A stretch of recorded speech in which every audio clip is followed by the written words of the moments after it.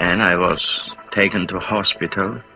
Doctors did anything they could to help me, but I was declared dead.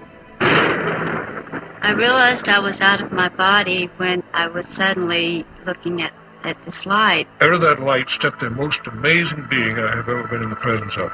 It was just total selflessness, understanding, kindness, all-consuming love, wonderful love.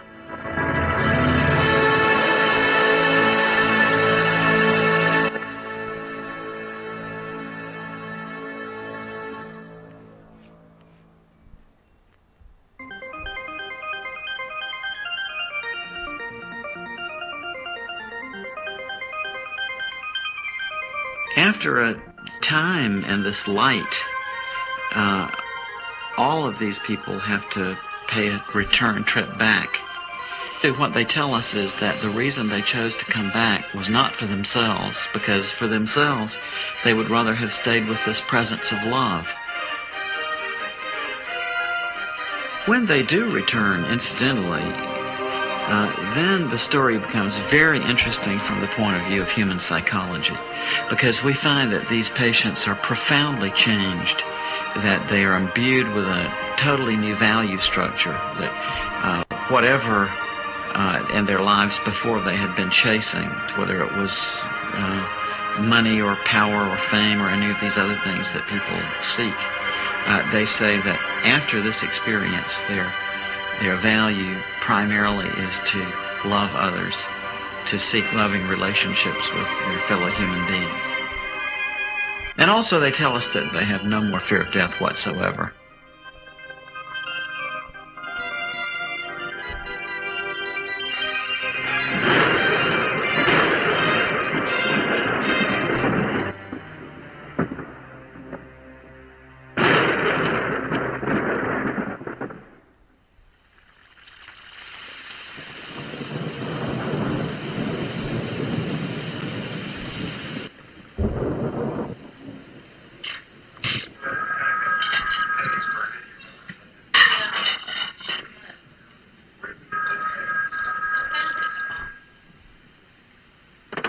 Hello?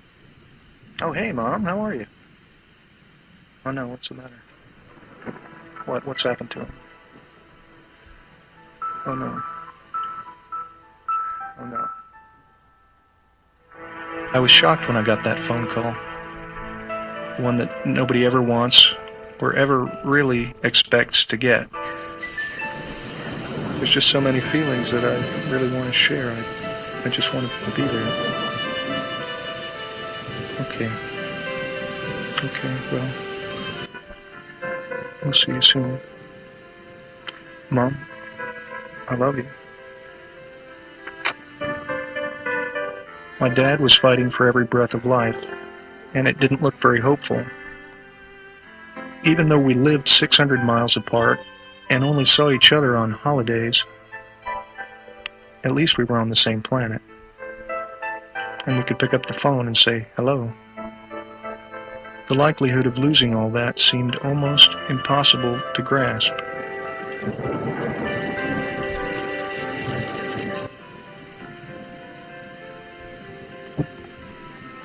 Dear Dad, I'm so sorry to hear about what you're going through. I know you're rugged, but you gave us a good scare.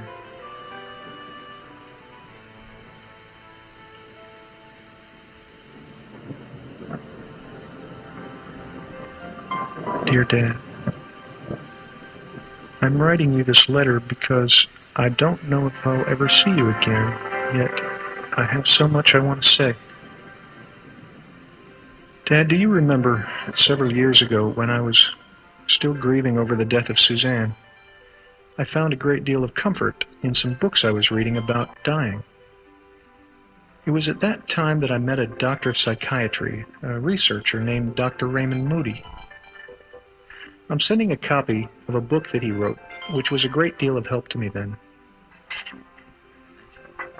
Dr. Moody has observed a pattern that occurs in people the world over, regardless of their culture or religion. As a matter of fact, the prior religious beliefs or background of the person doesn't seem to have much to do with whether or not they have an experience and even the content of the experience. We've even had people who say that prior to their experience they were atheists or agnostics who have very beautiful and full-blown near-death experiences. Really?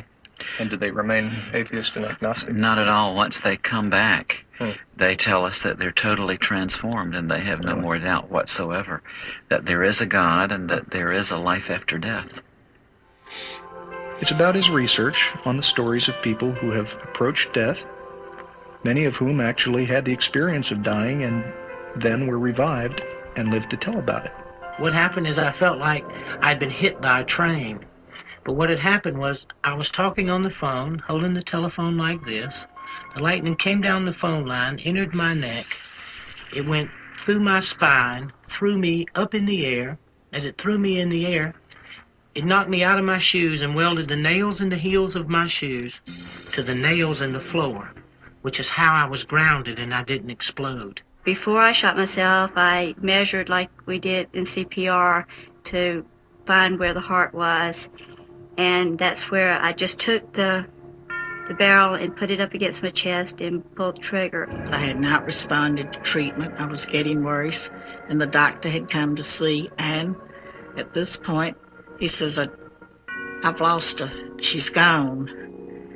And I thought, well, who's he talking about? But just before this, I had been in terrible pain. I was just hurting so bad, I wanted to get away from it. 15 minutes before I was to be picked up by a Jeep, I was discovered to have a temperature of 106.5, and instead of waiting for the Jeep, the captain in charge of the ward sent me over to X-ray, and the last thing I remember was the captain in charge of the X-ray asking if I thought I could stand up long enough for them to get a picture of my chest. And I remember hearing that X-ray making that peculiar whirring sound and then a click, and I'm told that I collapsed in a heap. This wasn't a typical bee sting because I quickly realized that there was a problem, and I tried to telephone someone for help. The rest of the ranger station was about 3 miles in, and I tried to telephone my boss to send some help, and I fell and went unconscious. And luckily, from what I understand, he drove through. My boss drove through a little while later and noticed that I normally just waved to him as he came by, and I was lying down on the floor, and he called the ambulance. I was a dissident in Soviet Union, and I had an invitation from United States. In 1975, I received this invitation. In 1976, I was given the exit visa, and I was leaving for New York that day, and I was coming to take my passport, and I was ready to fly. My family was already in airport waiting for me. That time, on sidewalk, I was moved over or run over by car. It was fabricated by KGB. They wanted to kill me and not to let me go. And I was taken to hospital. Doctors did anything they could to help me, but I was declared dead. This is pretty much all over the world. We found this common pattern. They tell us that at this point where their doctor says they are dead, that they may actually hear the physician say, oh my, he's dead, or we've lost her, or something like that. And they say that from their perspective, actually, they still feel very much alive. Indeed, their consciousness is heightened. And they tell us that they seem to leave their physical bodies. They say that they float up, typically right above the bed in the operating room or the emergency room, and they look down and they can see their own physical bodies lying on the bed down below. I was above my body. I was floating, and there were people around me, except I didn't realize that that person there was me. But then all of a sudden I heard this statement, "He's gone, he's gone." And it was the paramedic making that statement to the driver. At that point, I was standing behind the paramedic. I was watching him work on my body. And suddenly there was commotion beneath me, and then I started noticing all of the people underneath me, and the EMS workers were pushing the stretcher down the hall, and I really wasn't concerned with my body. I was more concerned with, there were a couple of plainclothes policemen over where the guns were, and one of them was wrong about something, and I was trying to tell him that he was wrong. And I could see the soldiers and the nurses and the doctors, but they could not see me. And I went from ward to ward, bed to bed, trying to find a soldier that I thought that looked like me lying in the bed. I was becoming more and more desperate because, as I say, I could see these human beings, but I could not communicate with them. Finally, I went into this little isolated ward room. And sure enough, lying in the bed with the sheet pulled up over the head was this body that I had to recognize as me because it had my fraternity ring on its finger. And there was this slight buzzing at the ear, and I felt myself pop out of the body. I don't know how I came out. I was just suddenly out of the body. And I sat down on the head of the bed a minute to look around.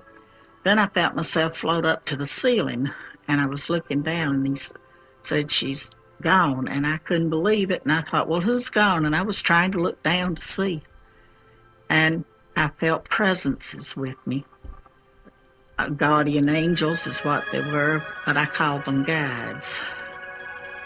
I was suddenly looking at this light that seemed to be in the corner of the room. But the first thing I thought was, where did you come from? And she said, "I've always been here, but you weren't able to see me before."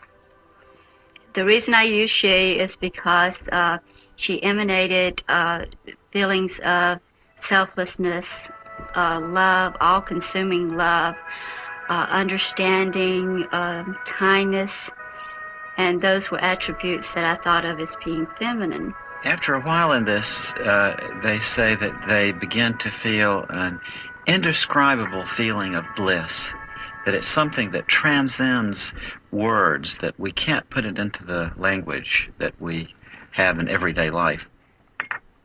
One man, for instance, told me that although he was in great pain in his chest prior to leaving his body, as soon as he left his body, that he was overcome with a tremendous sense of joy and peace, a kind of ecstasy. There was absolute freedom of your soul and body, and this amazed me. And this was very interesting too. I was happy to be in such experience because I could see their thoughts. I could see everything what was happening. I could smell, I could hear, and I could see their thoughts. This was the main thing what was very, very making me happy and proud. I don't know this word is good to use here or not, but I'm proud of that I can see their thoughts. But I can remember that it felt very exciting to be above and to be out and looking down and not threatening at all. Then I knew I was supposed to be keeping up with my body, so I followed my body through the hall and out the front door. And there's something about being outside when you're out of your body, but when I got outside, it was just wonderful. But it seemed like I was always just kind of looking through the ambulance because I was enjoying being outside. It's really kind of a nice experience with the lights and everything and the feeling of lightness. As I have come out, I'm in no pain, but I'm also just free of everything. I'm no one's wife, mother, or daughter. I'm just myself alone. I have the distinct memory of always trying to look at myself and thinking how much better looking I thought I was than that. Because this guy was ugly, he was in trouble, and he had these blue lines all down his face. And I was happy, truly happy, to be away from that body. They could have it. And I did not feel one bit of remorse or sadness, no matter what had happened. But it was not bothering me. I saw my body and I hated it, and I didn't want to come to my body back. It looked like this sort of feeble, sick person. And it didn't dawn on me until it seemed like many minutes later, I'm sure it was a flash, that that person was me. And that they were trying to revive me because I was dying. And in fact, my heart had stopped. There's a skeptical part of me, too. Mm-hmm. And I wonder sometimes whether or not this might just be people's hallucinations that they're going through, or just a natural shutting down process when the brain is dying. Mm-hmm. I used to wonder about that myself, Peter. What has turned me around on that issue is that so often these patients are able to give us very correct descriptions of what was going on during the resuscitation from a point of view they couldn't have had from that perspective of that physical body lying on the table. For instance, my friend Kim, who works at a medical university out west, was telling me that she was involved in resuscitating a young patient named Maria.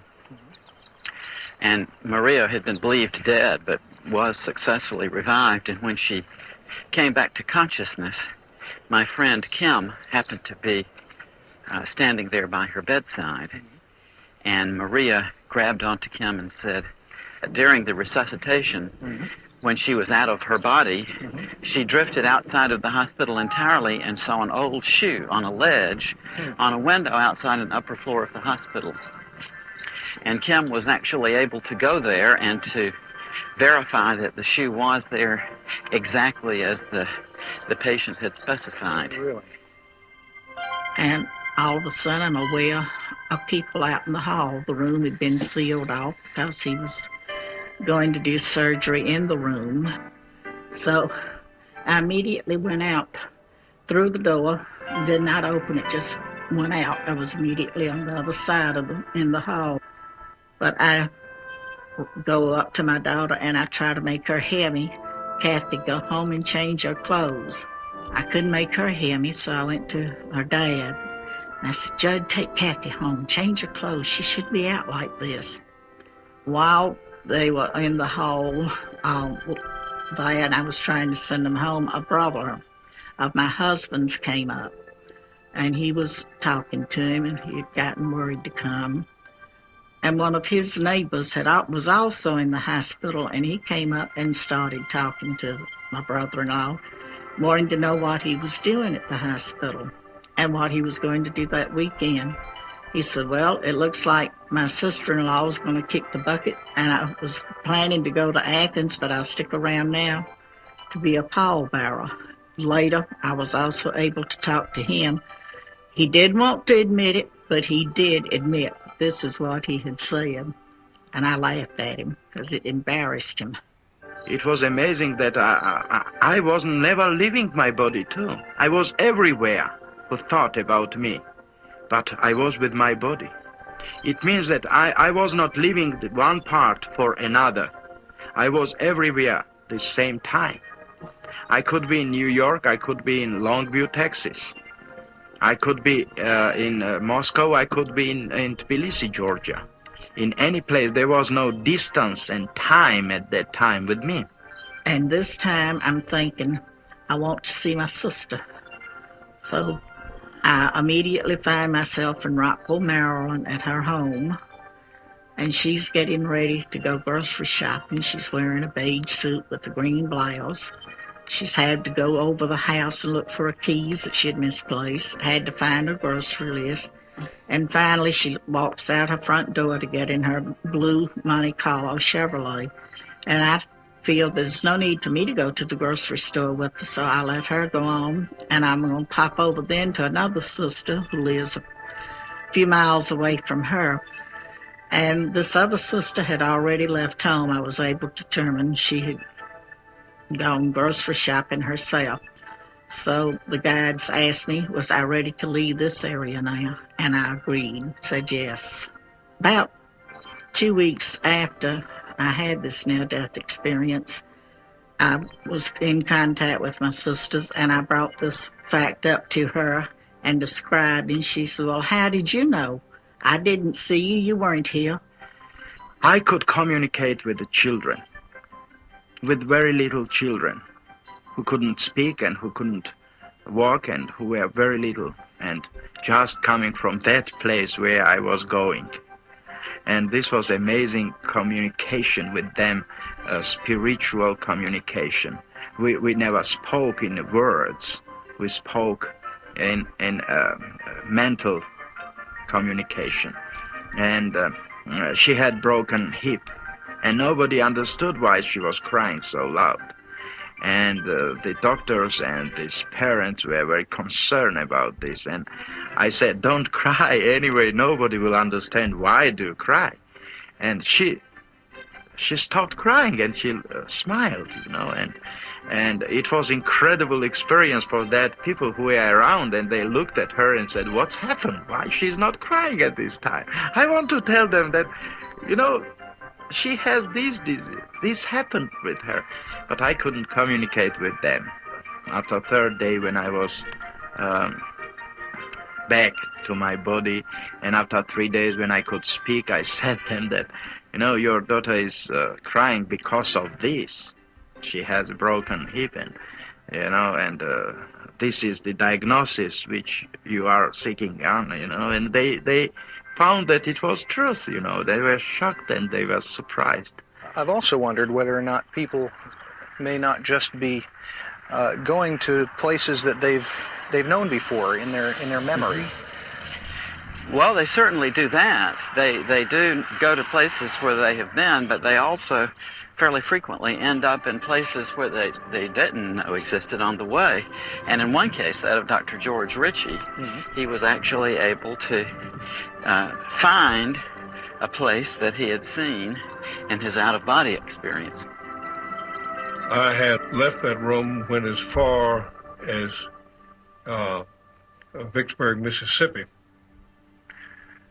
Saw a man getting ready to go into a white all-night cafe there on the corner of a street there in Vicksburg, and asked him if he could tell me if I was going in the right direction to get to Richmond. And this man acted the same way that a ward boy had in the corridor that I passed as I was going out of the hospital, like he could neither see me nor hear me. Actually, I walked right through the ward boy going out. But I was so determined to get back to Richmond that never even stopped me. And when this guy couldn't see me, then I realized that there was a vast change. Something was wrong, that these people could neither see nor hear me. The way that I know that it was Vicksburg, Mississippi, because 10 months after this experience, I came back through Vicksburg and recognized the white all-night cafe on the corner. Time and distance, as you and I comprehended in this room, simply does not exist, because simply by wanting to be heading back towards Richmond, apparently I was. And before I tell you about the most adventurous kind of out-of-body traveling, I want you to promise me that you'll come to visit me and say goodbye before you actually leave this world. There are occasional reports from people who experience another dramatic form of traveling, that they actually leave their body, zoom up above the Earth, and travel far into space and see the Earth down below. Dr. Carl Jung, the great Swiss psychiatrist, was an example of this phenomenon when he had his near-death experience in 1944 in a heart attack. At the beginning of 1944, I broke my foot, and this misadventure was followed by a heart attack. Extremely strange things began to happen to me. It seemed to me that I was high up in space. Far below, I saw the globe of the Earth bathed in a gloriously blue light.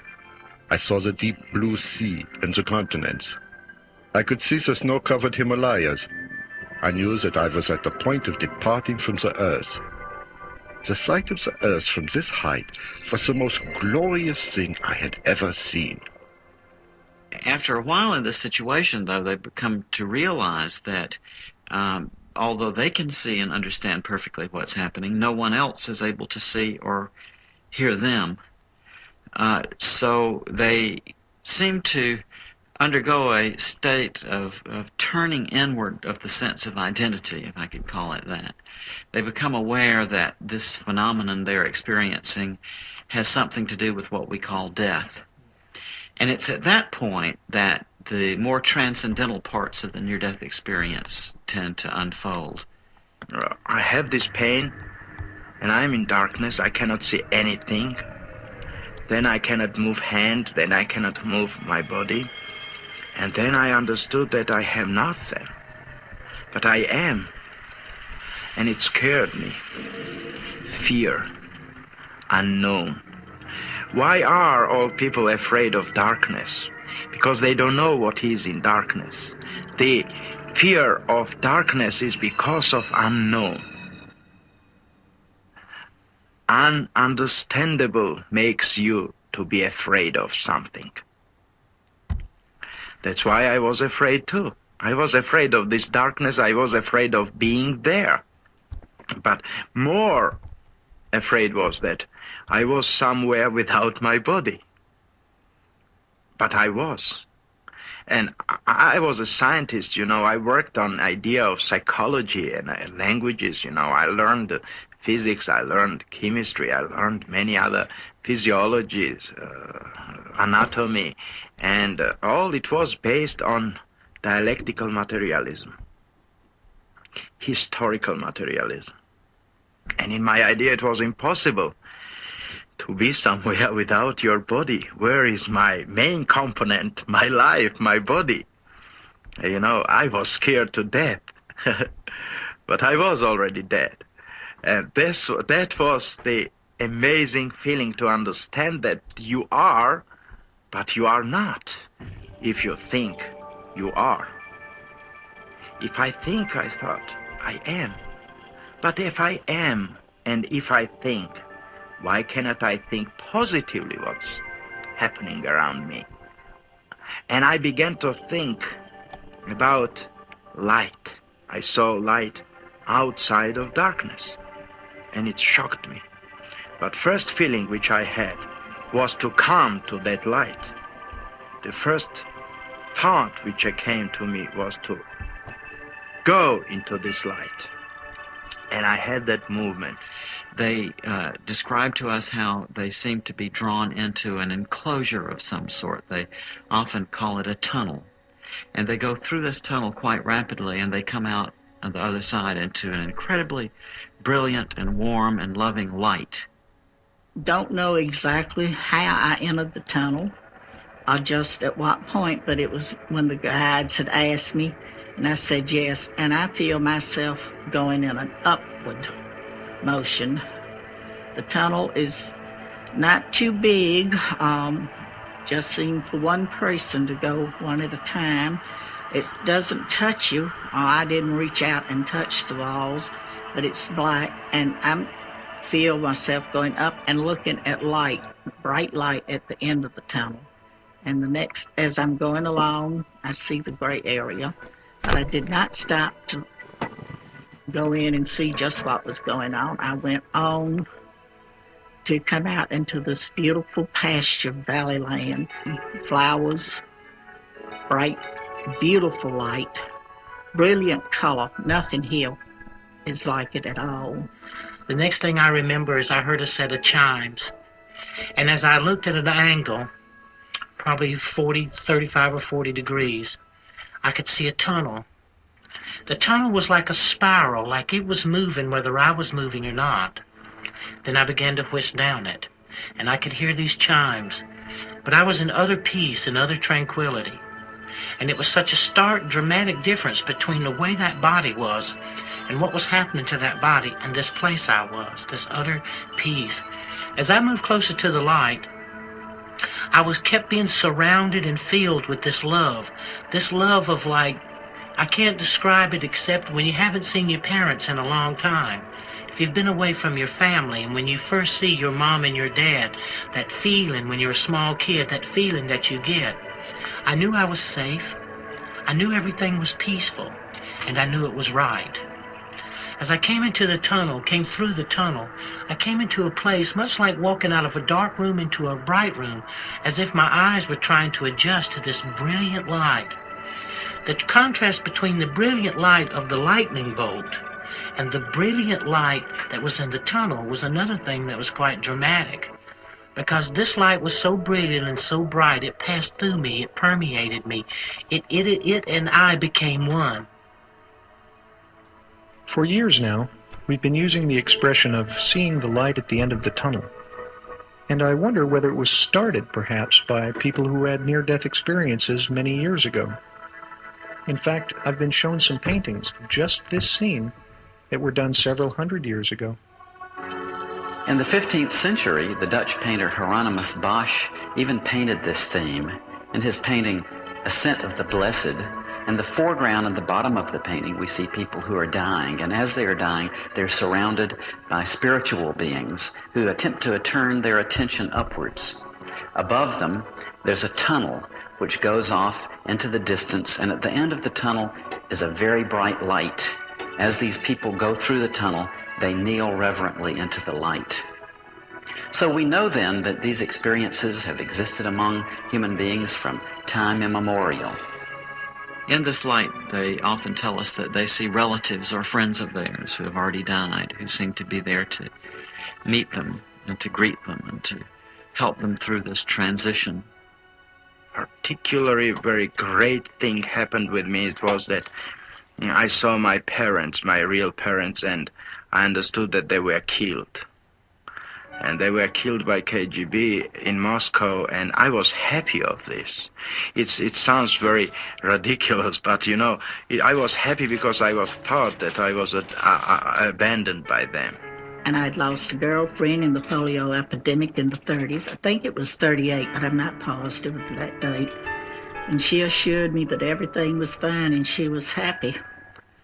And I also saw my grandparents coming to meet me. I had never known my grandfathers. They had both passed away before I was born.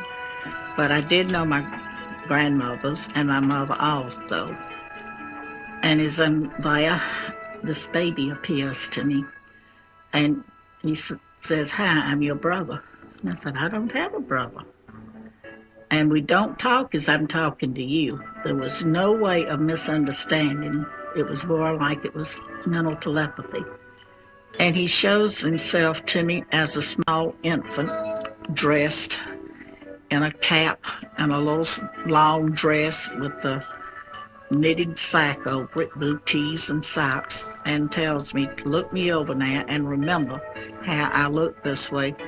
And you can tell our Father when you get back, and he'll tell you it happened. And when I was able to talk to him, my dad said, "Well, I don't know how you knew that, because nobody but your mother and the doctor and I knew about these things." So it gives me hope to know that whatever happens, we'll be seeing each other again one day, as we're greeted by those loved ones, family and friends who have already died. All these greeters seem to be encouraging us to come into the presence of that light, and are letting us know that everything is going to be okay. The being of light that these patients often describe encountering is plainly a personal being. They say that they are in the presence of a being of complete love, who accepts them and loves them totally, and who has a wonderful personality, is very knowledgeable about them, very wise, very helpful, also has a wonderful sense of humor. This is the most wonderful part of it. This is a warm, loving light. It's the most masculine, but it also has overtones of mother love, sisterly love. This just pulsates around. He has totally accepted me and forgiven me for everything I've ever done. But can I forgive myself for some of these selfish things I have done? She took on all the pain and all the suffering with total understanding of what had brought me to that point, and it was like we were intertwined, and that everything that I felt, she felt too. And there was this unconditional love, like most parents have for their children, that no matter how bad I might have been, or that I was totally loved and totally understood, because she understood the motivation behind what I did. There was this togetherness, this empathy that she had for me, and just wonderful love. And sitting there wondering what to do next, when suddenly that room became flooded with light. And then three things happened simultaneously, just like that. Something deep inside of the spiritual being sitting on the side of the bed looking at the corpse lying in the bed was told to stand up. You're in the presence of the Son of God. Out of that light stepped the most amazing being I have ever been in the presence of, the most powerfully built male I have ever seen. To my right, I saw a being coming toward me. In those days, I had never heard of the death experience or ever had it described to me, so I had no idea how to relate to it.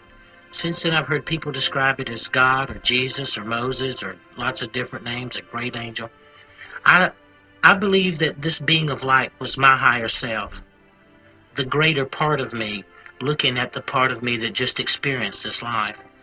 As this being, because this being, I was so comfortable with this being and so assured that only if someone knew themselves and knew the love of God in them, then they could have that same relationship with themselves. And it was as if this being had come to be with me. And now, once being in the presence of a being who knows everything about you, to know that he totally accepts you and totally loves you, I never wanted to leave this being again under any circumstance. Yeah, this is one of the most interesting parts of the near-death experience to me. These patients will tell us that in the closing moments of their life, often in the presence of this being of love who is with them, that they see a panorama before them which consists of every single thing that they've ever done in their lives, from the moment of their birth right through the time of their close call with death. And they say that they see it all simultaneously, not with the events in temporal sequence, but rather all displayed there at once in a way that they find very difficult to describe. As those hospital walls virtually disappeared, and I saw every minute detail of my life, seeing my own cesarean section birth through the 20 years that I had lived, because I was only 20 at the time. With the light, there is this panoramic view of my life. It starts with birth. It continues right on to where we are at this point. All at the same time, I am part of the view, as well as watching it. I am actually doing these things. I guess it's a speeded up version of a camera that just runs double time or something.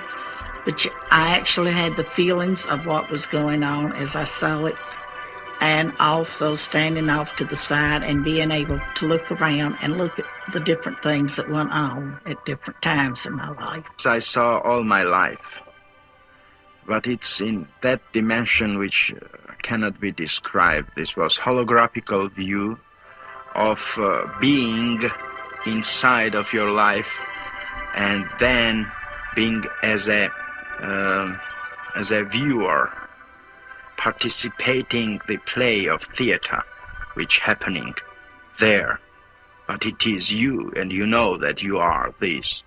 At Disney World, they have this Kodak ride where you sit in this seat and you go, there's this movie that surrounds you, and it makes you feel like you're a part of the action, and you can even get butterflies when there's a big drop or something.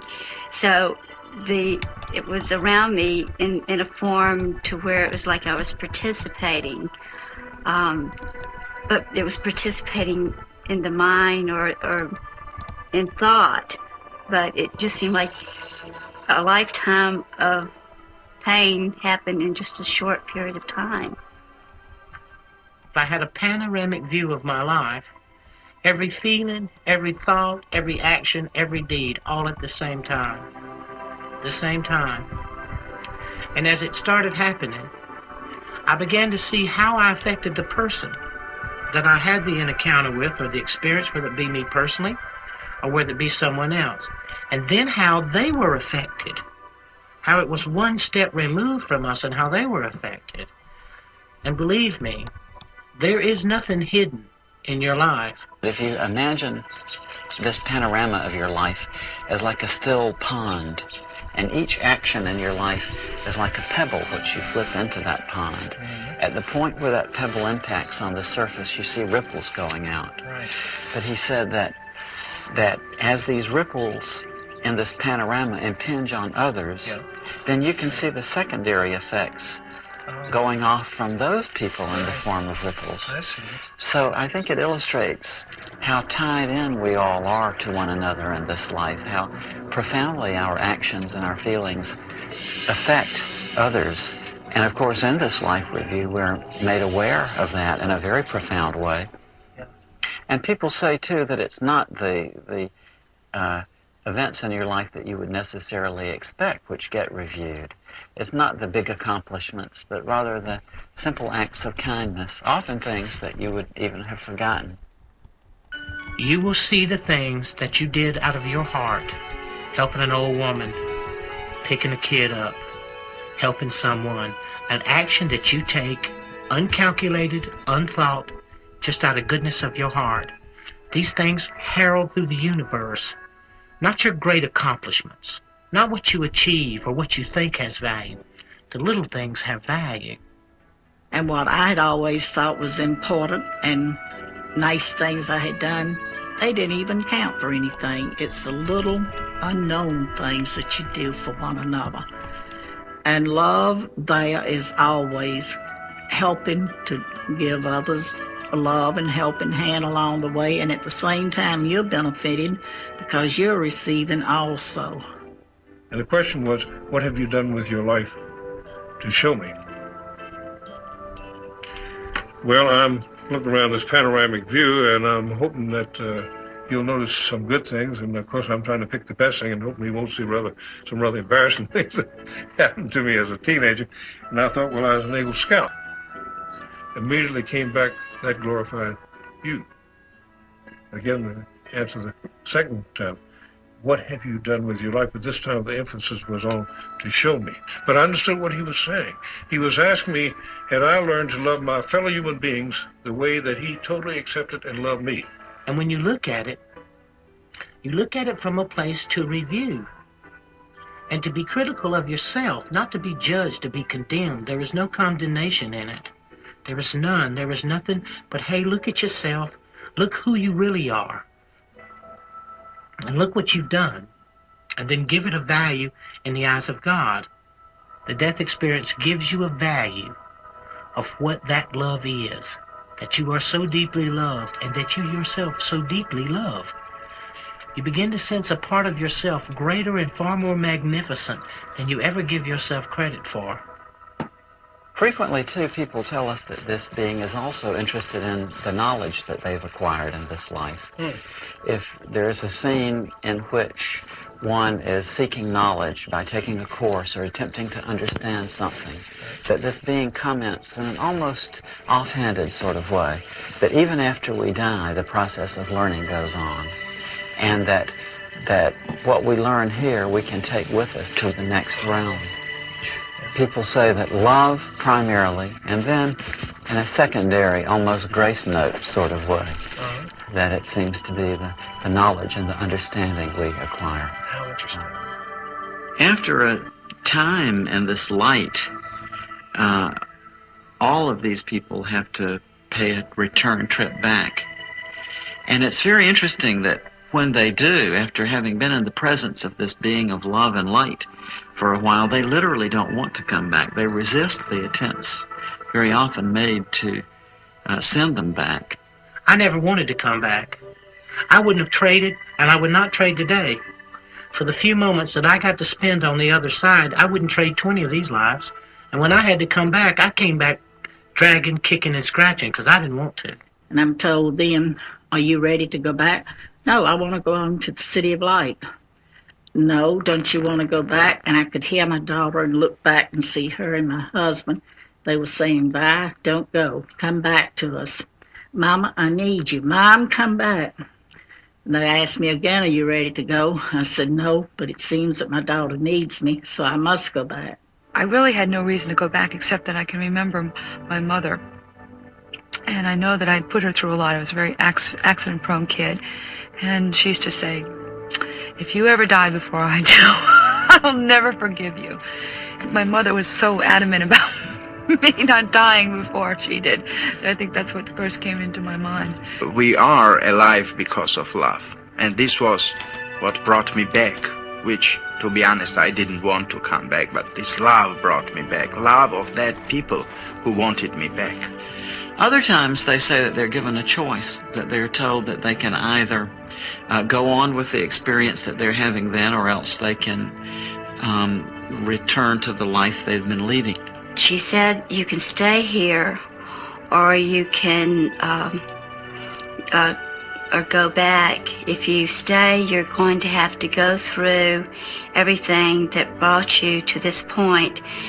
And at the same time, I was seeing the things that had brought me to that point, the things in my life that were painful.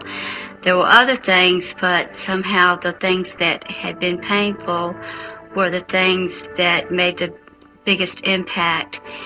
And I knew that I didn't want to go through that again. So there is no way to escape that if you try to kill yourself and you succeed, somehow you're going to have to go back and live the life from the beginning and go through everything that was painful in your life, and then have to go from the point where you killed yourself also. So you're not escaping. And people will say to me, they say, well, Daniel, what about hell? I'll say, well, they didn't bring it up. And I darn sure didn't. Because maybe they might have checked and said, hey, Daniel, you're on this wrong list. You're supposed to be somewhere else. They also want to know about hell. Is it a fiery, burning place? Well, what I found to be hell was separation from God. This is a total hell. Darkness, where I was first. This is the same as somebody told you, the separation from light, from love, from God, from infinity. Of course, this is hell. That's why suicide was condemned by all religions. That's why they are telling that you will go to hell. It means you will go to nowhere. And nowhere does not exist. It means you will go somewhere on opposite than goodness.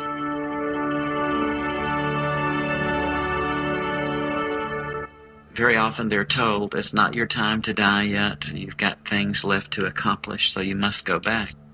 This weekend I was in morgue, and on Monday I was taken from morgue, washed, and they began autopsy.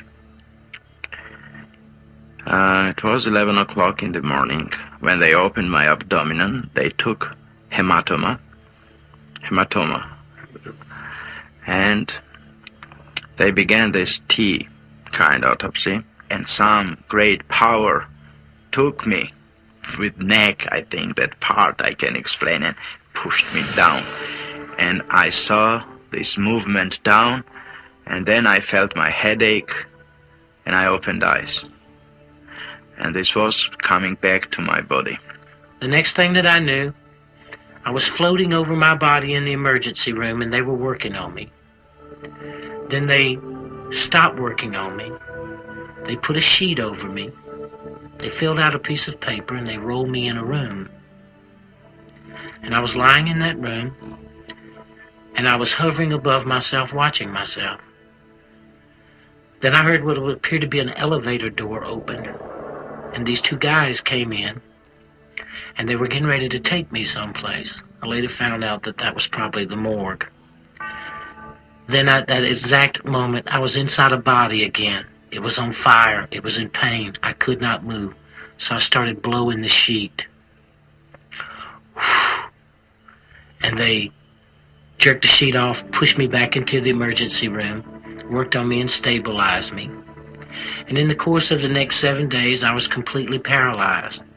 That it's so touching to me that in the closing moments of their life, that so many people come back reporting that what was most important to them at this time was love, the question of how they had loved their fellow human beings.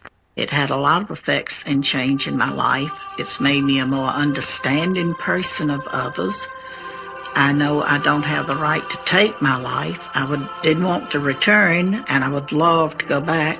Someday I will, and then I hopefully can stay and not have to come back and try again. But I know I cannot take my life and go there. Things would not work out right. But I think I'm a better person by watching for the needs of others and not being always selfish. Well, I'm still selfish. I'm still a human. But it has changed my way of thinking. How to love other people and how to forgive and to put yourself in the place of other people in order to understand them. And that's something that you have to do in order to love people and in order to love yourself. Because if you hold grudges and you it hurts you and it hurts the other people, and it's a barrier to love if you can't forgive. You don't necessarily have to forget when people hurt you, but you have to understand them and forgive them. And I think that is the most important thing about love that I've learned, and how to look at how we're alike rather than how we're different. This is the main message which I brought back, that love is what cannot be changed. This is everlasting. And love is with life always together. Love, what keeps this world alive. Love as an eternity. Love as a basic of humankind. And we are alive because of love. I think the most important point about the death experience is that it is orderly. And the fact that small children, all the way to grown people, have similar experiences. And if people could understand that if they would pay more attention to each other and to care and have faith and hope in each other, we could also begin to believe and have faith and hope in the true nature of the love of God. And not God in a religious value, but God in a spiritual value. That through love all things are truly possible. And also they tell us that their fear of death is totally gone after this, that they have no more fear of death whatsoever. I saw life as a infinite life, infinite light, as a everlasting being. We cannot die because we are already created to live forever. The dimension of spirit is everlasting life. The third thing that I've learned is that life is forever. Death is nothing more or less than a doorway. It's something you walk through. Death does not exist. Don't be afraid. Death is only the part as a station, railroad station, where you come always to go to another life. I find it very comforting and encouraging to hear from so many people who have explored life beyond physical death that life goes on. So I know it's true, if either of us went tomorrow, we'd be joined again in what must seem like an instant. Back in a flash, as you always say.